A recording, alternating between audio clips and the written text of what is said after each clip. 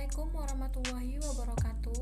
Perkenalkan, nama saya Repika Sari dari Prodi Perbankan Syariah Unit 1 Semester 5, Fakultas Ekonomi dan Bisnis Islam.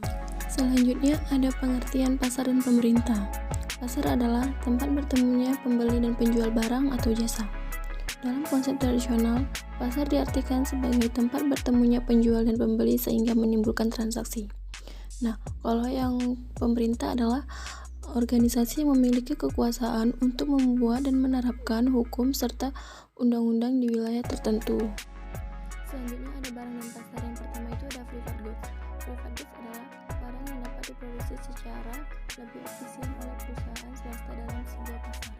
Nah, yang kedua itu ada public goods. Public goods adalah barang yang cenderung yang tidak dapat diproduksi secara efisien dalam jumlah sedikit oleh perusahaan swasta sehingga penawarannya kebanyakan dilakukan oleh pemerintah.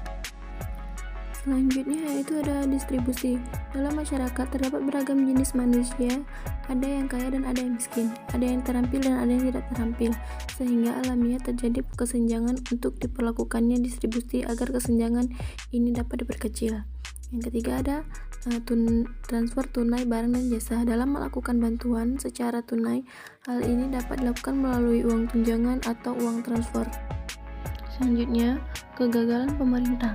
Kita telah mengetahui bahwa perusahaan swasta tidak dapat menyediakan public goods secara efisien. Oleh karena itu, public goods harus disediakan oleh pemerintah. Dalam memproduksi public goods, pemerintah juga dapat menemui kegagalan. Ya, selanjutnya kebijakan dan instrumen fiskal pemerintah Islam. Kebijakan fiskal telah dikenal sejak zaman Rasulullah SAW hingga zaman pertengahan.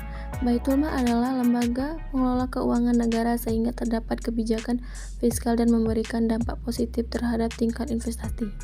Penawaran agregat dan secara tidak langsung memberikan dampak pada tingkat inflasi dan pertumbuhan ekonomi.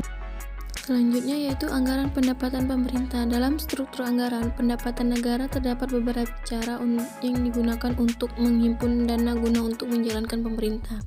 Di antaranya yaitu yang pertama ada melakukan bisnis, yang kedua pajak, dan yang terakhir ada meminjam uang.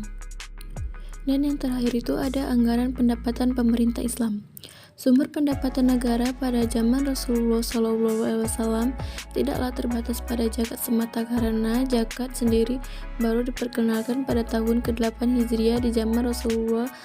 Sisi penerimaan APBN terdiri dari kharaj, zakat, khums, jizyah pemerintah lain. Hanya ini yang dapat saya sampaikan, lebih dan kurang mohon maaf.